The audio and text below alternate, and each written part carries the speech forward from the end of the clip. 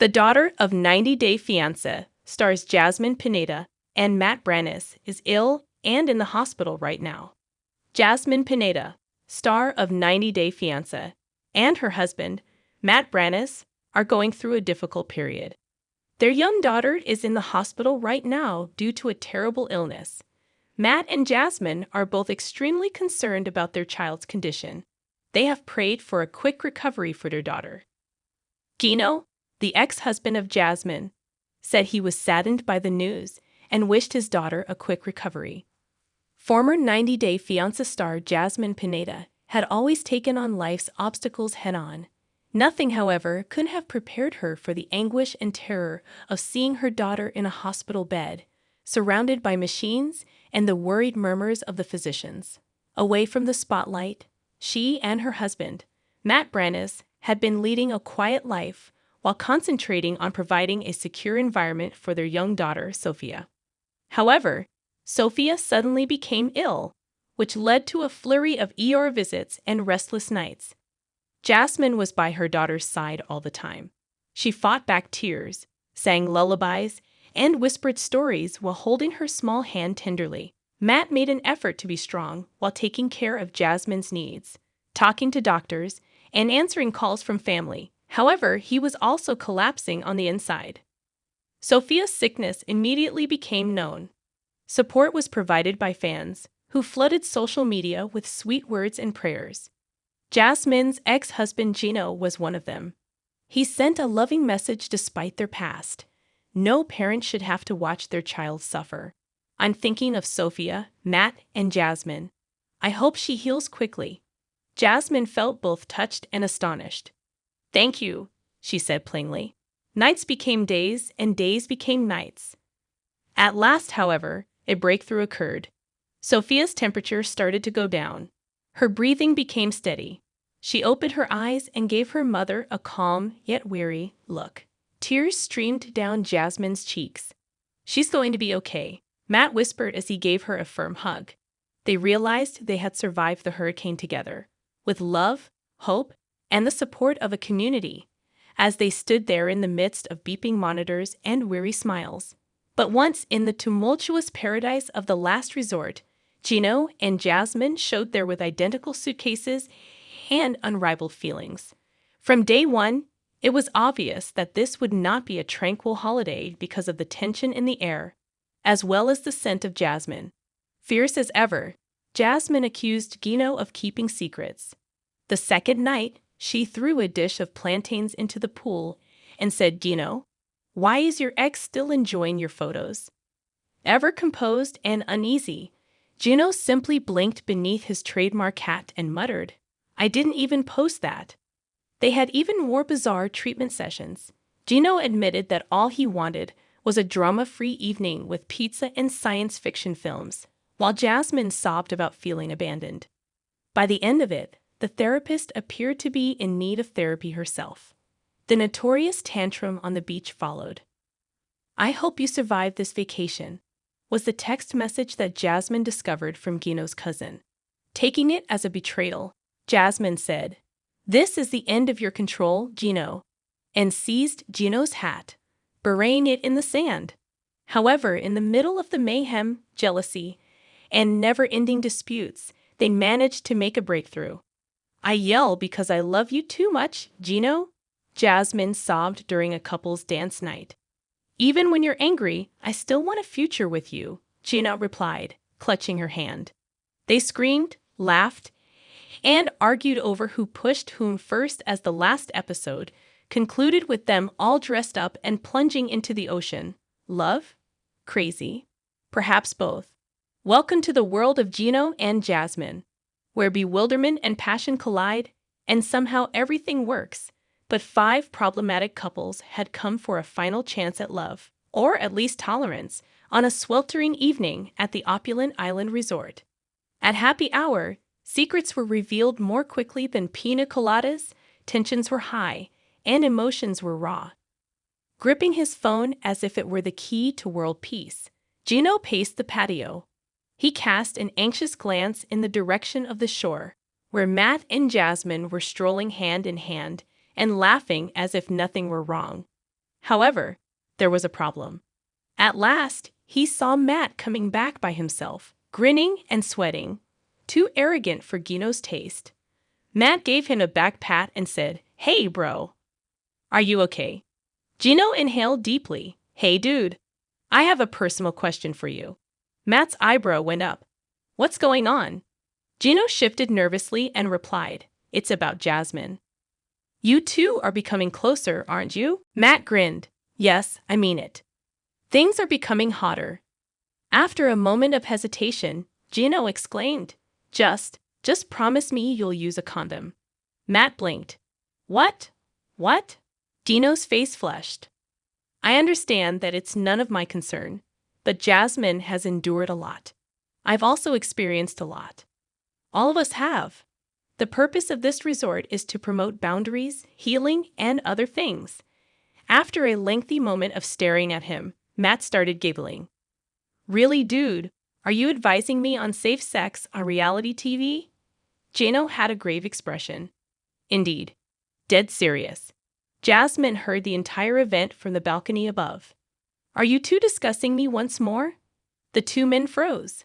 With her eyes ablaze, Jasmine ran down the steps. "Are you keeping tabs on my romantic life, Gino?" "I'm just worried." Gino gave a little squeak. Matt stepped back. "This episode wasn't something I signed up for. This is gold," the producer whispered as he peered out from behind the camera. "Continue." The most embarrassing love triangle to ever appear on tropical treatment television suddenly arose between Gino, Matt, and Jasmine.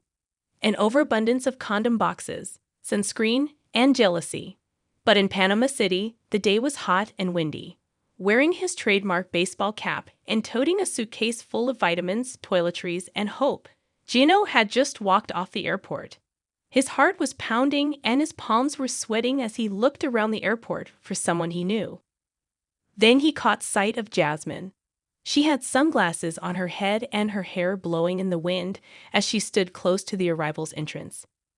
Gino thought everything had stopped when she waved excitedly. He pulled her into an embrace and remarked, "You're even more beautiful in person," with shyness. "And you're even more nervous in person," she said, teasingly while laughing. In an attempt to close the distance between text messages and reality, they left the airport hand in hand. "Do you still like me now that you've seen me?" And other awkward silences and giggles characterized their first face-to-face chat. They explored the old city all day, taking selfies and pausing for fresh coconut water. Gino was unable to stop grinning, and Jasmine was unable to stop talking. Her enthusiasm, intensity, and ability to transform every occasion into a dramatic speech astounded him. "This is just the beginning, right?" Jasmine whispered to Gino that night on their hotel rooftop under a starry sky. Gino gave a nod. Indeed, the actual adventure has begun. They had no idea what the future would bring: envy, arguments, miscommunications. But for the time being, it just mattered that they were together at last. But Gino was standing anxiously, looking at the clock in the kitchen of their new Michigan apartment. He had something important to say tonight, and Jasmine was expected to return from her yoga practice any moment. It had not been an easy few months. They experienced their share of ups and downs as Gino balanced work and their relationship while Jasmine adapted to life in the United States. However, love always managed to bring them back together. Gino sensed that it was time to move on to the next phase. When Jasmine noticed Gino, her smile brightened as the door opened and she entered. She dropped her suitcase and put her arms around him, asking, "Mi amor, you made dinner?" "I did," Gino said with a tense smile. "But there's another thing." He guided her to the table, where a little baby onesie with the words "Future Michigander" on it was sitting next to a small package. Jasmine's gaze expanded. "What is this, Gino?" Gino started off by saying, "I've been thinking a lot lately. We've made great progress. Despite everything we've been through, I've never been more certain of anything in my life. With you, I hope to build a family. I'd like us to have a child." Jasmine's eyes filled with tears. After a few periods of silence, she sat down and grasped his hand. "Are you certain?" she muttered. "You know, babies poop, cry, and disrupt your sleep. Gino chuckled. I understand. However, I'm confident that we'll make fantastic parents, and I believe the time has come. Jasmine's smile gradually widened as she glanced down at the 1C and then back at Gino. Then let's get started. Let's create a tiny Jasmine or Gino. They embraced while simultaneously laughing and crying. Everything seemed to be coming together for once. Just love, hope, and the beginning of something lovely. No cameras, no drama.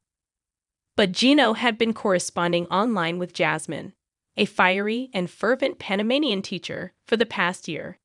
They clicked right away, and every day they grew closer with lengthy video chats, romantic messages, and even unexpected online cooking dates. Gino was frequently agitated by Jasmine's dramatic flair and forthright honesty, but he admired her intensity. After months of preparation and anxious anticipation, Gino finally took the plane to Panama to finally meet Jasmine face to face. His hands were shaking when he arrived at the airport with a bouquet of tropical flowers in his palms and his trademark cap on. Jasmine paced back and forth while waiting at the arrival gate and using her phone's camera to check her makeup. She cried out, "Gino!" as soon as she saw him and rushed into his embrace. Tight, emotional, and a little uncomfortable, the hug was genuine. Their early days were full with passionate disagreements and tender moments. Envious, Jasmine asked Gino about all the women who loved his posts on social media. Shy and submissive, Gino made an effort to cope with her fluctuating emotions. However, there were also times of profound late-night conversations, beach walks, and laughter amid the tension. Gino pulled a little box from his rucksack one night, while the beach in Panama was illuminated by stars. "Jasmine, you make me crazy. But I can't imagine my life without you," he murmured uneasily. "Will you wed me?" Jasmine's gaze expanded. After a little period of silence, long enough to cause Gino to perspire, she exclaimed, "Yes, Gino, yes," and threw her arms around him in a happy embrace. Even while their love story was far from ideal, it was genuine, unvarnished, and full of hope, the kind that could only be produced by two crazy hearts and a 90-day clock. Greetings, dear viewers, greetings from my channel. I'm Amelia. I hope you're having a great day. Remember to subscribe to the channel if you enjoy the video.